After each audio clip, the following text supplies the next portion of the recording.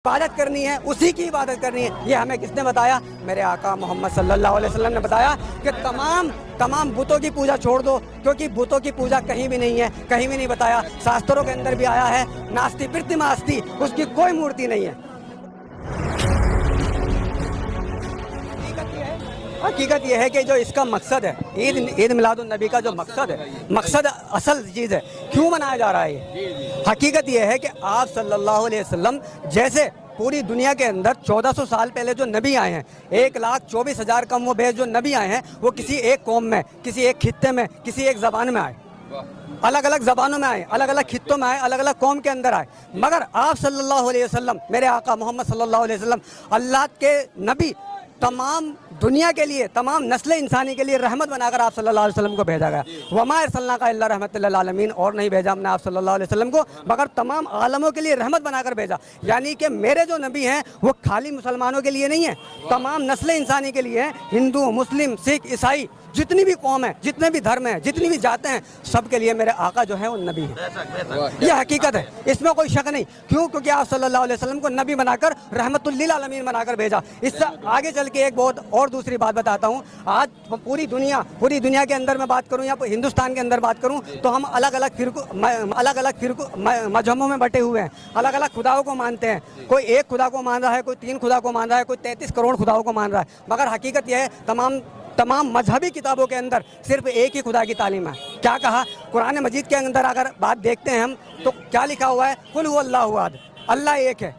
इसी तरीके से शास्त्रों के अंदर लिखा हुआ है, एक इवो न दुत्यो इतस्ते न ब्रह्मा न विष्णु न सूर्य न चंद्र तारा का। क्या कहा इस शास्त्र के अंदर? वो एक है उस वक्त से जब ना ब्रह्मा न विष्णु न सूर्य न आग न चांद सितारे थे, उस वक्त से एक है, यानी कि एक की तालीमात दी। इसी तरीके से सिख धर्म के अंदर कहा गया, गुरुवाणी में कहा, किसने कहा? क्या कहा? अव्वल अल्लाह नूर पाए कुदरत दे सब बंदे, एक नूर ते सब जग उपजा कौन भले को मंदे।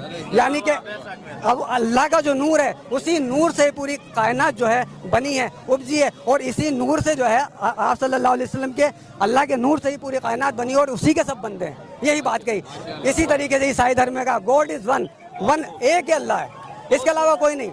हकीकत यह है कि देखिए, अगर मैं बात करूं, अगर पानी की बोतल अगर आपके पास है और अगर आप किसी से पूछेंगे कि इसके अंदर क्या है, तो कोई कहेगा वाटर है, कोई कहेगा पानी है, कोई कहेगा जल है, कोई कहेगा नीर है। अलग अलग भाषाओं में अलग अलग उसको बोला जाएगा, मगर एक ही तत्व है, एक ही चीज़ है। इसी तरीके से जिस तरीके से उस पानी का नाम अलग अलग भाषाओं में है, इसी तरीके से उस ईश्वर का नाम, उस गॉड का नाम हजार है। यही शास्त्रों में कहा गया, एकम सत्या विप्रा बहुधा वदंती, वो एक सच है, उसको हजार नामों से जाना जाता है। उसे गॉड भी कहते हैं, उसे ईश्वर भी कहते हैं, उसे अल्लाह भी कहते हैं, उसे जो है वाहेगुरु भी कहते हैं, उसे परमात्मा भी कहते हैं, उसे जो है उसे तमाम नामों से जाना। वो रहमान भी है, वो रहीम भी है, वो मालिक भी है, वो रब्बुल आलमीन भी है, वो तमाम नामों से जाना जाता है। मगर उसकी इबादत करनी है, उसी की इबादत करनी है। ये हमें किसने बताया? मेरे आका मोहम्मद सल्लल्लाहु अलैहि वसल्लम ने बताया कि तमाम बुतों की पूजा छोड़ दो, क्योंकि बुतों की पूजा कहीं भी नहीं है, कहीं भी नहीं बताया। शास्त्रों के अंदर भी आया है, नास्ति प्रतिमास्ति, उसकी कोई मूर्ति नहीं है,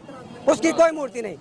तो जब मूर्ति नहीं है तो हम किसकी पूजा करने वाले हैं? तमाम शास्त्रों में यही कहा गया है कि मूर्ति पूजा मत करो, बल्कि उस हकीकी माबूद की जिसने इस पूरी कायनात को बनाया है, इस ब्रह्मांड को रचा है, उसकी पूजा की जाए, उसकी इबादत की जाए। और इस्लाम जो धर्म है वो ऐसा धर्म नहीं है। हकीकत अगर देखेंगे तो इसके अंदर जामियत है। देखिए, अगर मैं एक छोटा सा एग्जाम्पल से आपको बताऊँ, अगर किसी भी धर्म के अंदर जाएंगे तो कोई खड़ा होकर ईश्वर की इबादत कर रहा है, कोई झुक के ईश्वर की इबादत कर रहा है, कोई बैठ के ईश्वर की इबादत कर रहा है, कोई माथा टेक के ईश्वर की इबादत कर रहा है। मगर इस्लाम की जामत देखिए, उसकी इबादत देखिए कि यहाँ पर जब बंदा इबादत के लिए खड़ा होता है तो पहले खड़ा हो जाता है, फिर झुकता है, फिर सजदे में जाता है ना, फिर बैठता है। यानी कि चारों अरकान इस्लाम के अंदर मौजूद है।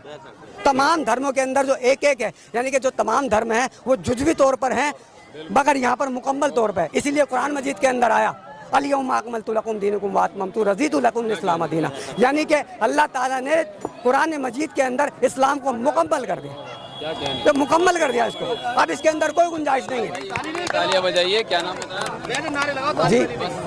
सबसे पावरफुल जो नारा है वो लगाइए।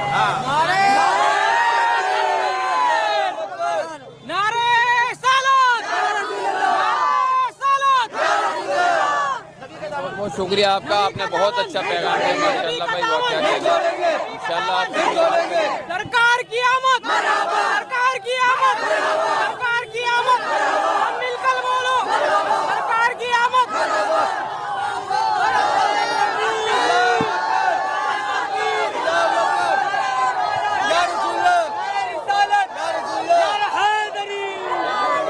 बहुत अच्छा माशाल्लाह। क्या नाम बताया? रिजवान अहमद।